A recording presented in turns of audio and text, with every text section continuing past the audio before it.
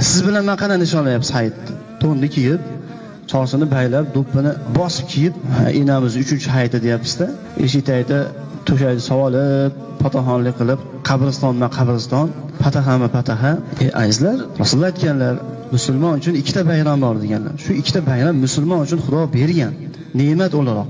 Sodda qilib aytganda, bandam yeb, ichib, mazza qilib, yeganingni ye, isrof yo'q hayit kunida, shuni bilib olaylar. Boshqa kuni 6 xil ovqat qilsangiz, endi bitta ovqatga to'ysa bo'ladi, isrof bo'libdi, qolgan 5 tasi deyiladi. Hayit kuni isrof yo'q, shuni yaxshi bilib oling.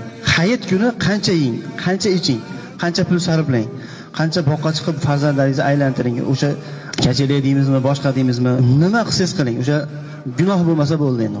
Gunoh ishlarni qilmasangiz bo'ldi, aroq ichib boshqa qilib. Qanaqangi halol lazzat bormi, halol ichimlik, halol yeydigan birortasi ehson yo'q. Bayram deb qo'ydi Xudo hayitni. Yeb ich degan Xudo hayit kuni.